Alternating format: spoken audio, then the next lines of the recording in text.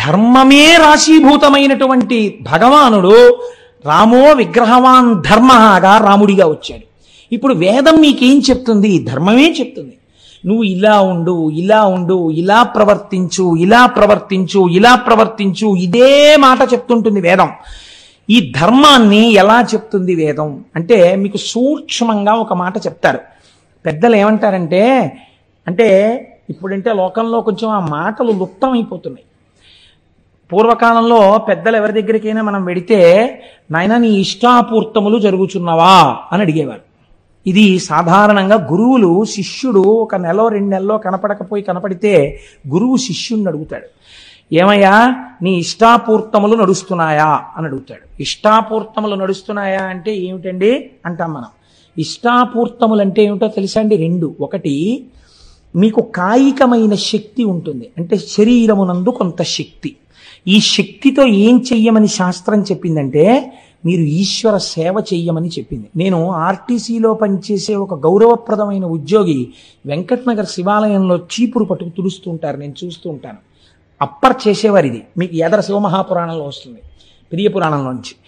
మీ శరీరములో ఉన్న బలం బతికున్న దగ్గర నుంచి చచ్చిపోయే వరకు నా వాళ్ళనుకున్న మీ వాళ్ళ కోసమే కాదు, ఏదో ఒక సేవకు ఉపయోగపడాలి.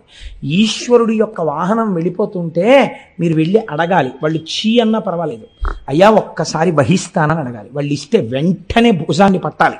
శరీరము దానికి ఉపయోగపడాలి. మీరు ఎక్కడికైనా వెడితే ఓసారి దేవాలయాన్ని తుడవాలి. మీరు ఎదర భస్మం గురించి చెప్పినప్పుడు బ్రహ్మోత్తరఖండంలో విందురు కానీ, స్కాంద పురాణం బ్రహ్మోత్తరఖండంలోంచి అనుసంధానం చేస్తాను, అక్కడ విందురు కానీ.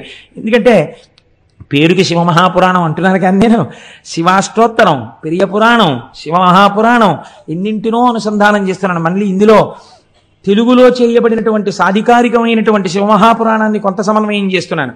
కాబట్టి అంటే ఇదంతా నా ప్రజ్ఞాన్ని నేను చెప్పట్లేదు, అదొక ఈశ్వరానుగ్రహం అని చెప్తున్నాను. మీ వంటి పెద్దలు కూర్చోవడం వల్ల ఈశ్వరుడు నాతో పలికించుంటుంటాడు. కాబట్టి ఇష్టాపూర్తములు అంటే మీ కాయికమైన శక్తిని ఈశ్వరుడి కొరకు ఉపయోగించుట. మీరు కొంత ద్రవ్యాన్ని ఆర్జించారు.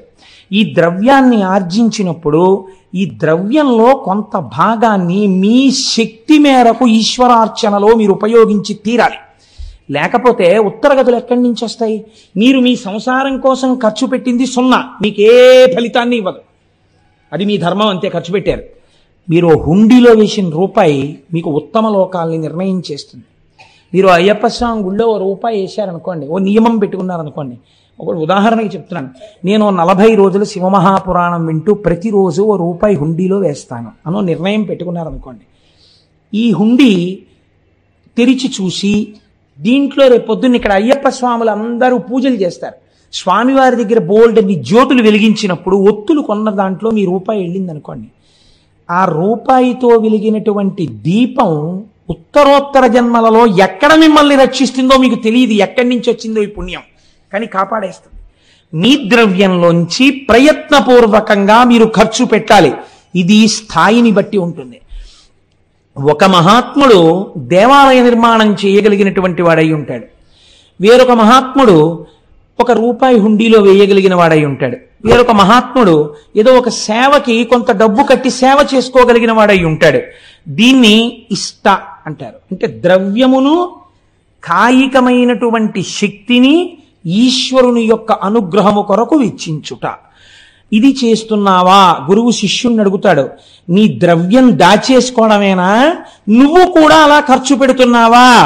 అందుకే గురువుగారు ఫ్రీగా కూర్చోకూడదు పూజకి. ఎప్పుడు చెప్పిన గురువుగారు కూడా డబ్బు కట్టాలి, లేకపోతే ఇంకెందుకు? ఆ గురువు బరువు తనకి ఫ్రీయా, మిగిలిన వాళ్ళు డబ్బులు కట్టాలా? ఇంకెందుకు? తను కూర్చుంటే తను కట్టాలంతే.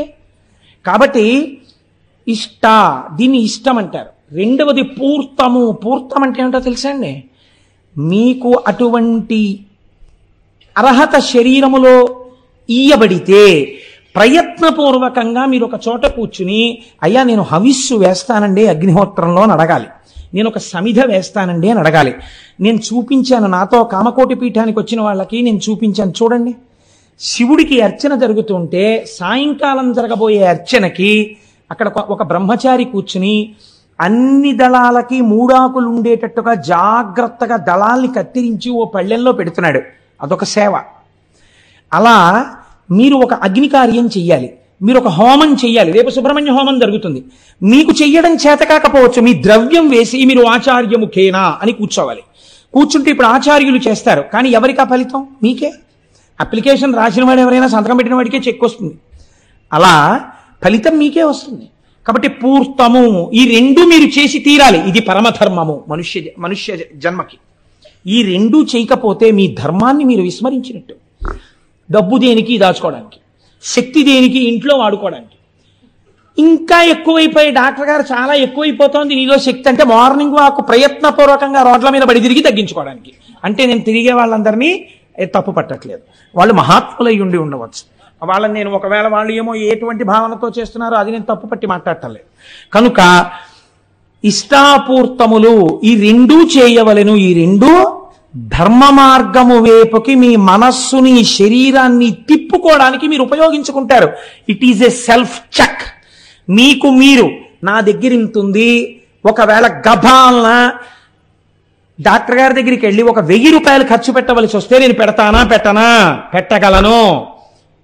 ఏం భగవంతుడి పేరు చెప్పేటప్పటికి ఎందుకు వెనకంజ వేస్తున్నానో, కాబట్టి నేను పెడతాను. మీకు మీరే న్యాయమూర్తి. ఇది శాస్త్రం అంది ఇష్టాపూర్తములు. అలాగే మాట్లాడింది గురువు, అంతకన్నా మాట్లాడు. ఇష్టాపూర్తములను చేస్తున్నావా అని అడుగుతారు. ఈ రెండు చెయ్యడం వల్ల మీరు సోపానములను ఎక్కుతారు. దీన్నేనండి సంగీతంలో నాదోపాసన అని పిలిచారు. దీన్ని రాగాల ఆరోహణ అవరోహణైనది అంటారు. దేని వల్ల కింద పడ్డావో దాంతోనే పట్టుకుని పైకెక్కాలి. ఆ సరిగమ పదనిసలతోటే పైకెక్కుతారు, కిందకి దిగుతారు. నాదోపాసన చేస్తారు. వాళ్ళు నాదోపాసన చేసి వాళ్ళు అదే సిద్ధిని పొందుతారు. కాబట్టి మనకి ఎటువైపు నుంచి వచ్చిన శాస్త్రం దాన్నే నేర్పింది, భగవంతుడి వైపుకి వెళ్ళడాన్ని నేర్పింది. కనుక చూడండి, ఇప్పుడు వైదికమైనటువంటి మార్గంలో ఈ ప్రయత్నంలో తల్లి యందు పెద్ద బాధ్యత పెట్టింది శాస్త్రం. ఈ ధర్మం అన్నది అసలు ఎక్కడ ప్రారంభం అవ్వాలి అని అడిగింది. అడిగితే తల్లి దగ్గరే ప్రారంభము. ఎందుకో తెలుసా అండి? నేను ఈ మాట ఎందుకు చెప్తున్నానో మీరు ఈ శ్లోకాన్ని అవధరించండి, మీకే అర్థమవుతుంది. శైశవేభ్యస్త విద్యానాం, చిన్నతనంలో శైశవంలో భగవంతుడన్నవాడొకడున్నాడన్న పూనిక పిల్లల యందు ఏర్పడేటట్టుగా విద్యాభ్యాసము జరిగి తీరవలెను. ఇది స్కూల్లో చెప్పరు ఇవాళ. వాళ్ళకి సిలబస్సు, పెద్ద బ్యాగు, ఓ పెద్ద ఏదో వాళ్ళ స్కూల్కి వీడు అడ్వర్టైజ్మెంట్కు పనికొచ్చే వస్తువుల ఓ బ్యాడ్జీ పెట్టుకు తిరగాలి, ఎన్ని దిక్కుమాల అలంకారాలు చేసుకోవాలో స్కూల్కి వెళ్ళాలంటే. ఇవి వాళ్ళు నేర్పేది. మీరేం నేర్పాలి? మీరు పునరావృత్తి రహిత శాశ్వత శివ సాయుధ్య స్థితికి కావలసిన విద్య ఇంట్లో నేర్పాలి. అమ్మ చెప్పిన మాట బిడ్డడికి నాటుకున్నట్టు ఎవరు చెప్పినది నాటదు. మీరు జ్ఞాపకం పెట్టుకోండి. ఉపమన్యు ఆఖ్యానం ఇదే, ఎదరశివ మహాపురాణంలో వస్తుంది. అమ్మ ఒక మాట చెప్పింది అనుకోండి, వాడు బయటికి వెళ్ళి అంటాడు మా అమ్మ చెప్పింది ఇది నిజం అంటాడు.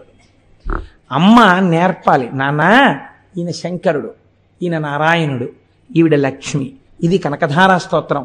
ఏది చెప్పు? ఆపదామపహర్తారం దాతారం సర్వసంపదాం. చిన్నతనంలో 4 శ్లోకాలు నేర్పాలి. భగవద్భక్తి అలవాటు చెయ్యాలి. వాడికో పంచె కట్టుకోవడం నేర్పాలి. వాడికి దేవుడి దగ్గరికి వెళ్ళి నమస్కారం పెట్టడం నేర్పాలి. చిన్నతనంలో పూర్వం నాయనమ్మలు అమ్మమ్మలు పిల్లల్ని దగ్గర కూర్చోబెట్టుకుని జోదు పెట్టని గోవింద అని ఇలా పెట్టడం నేర్పేవారు. ఎవరైనా ఇంటికి వస్తే చూడండి మా మనవడు ఎంత బాగా జోది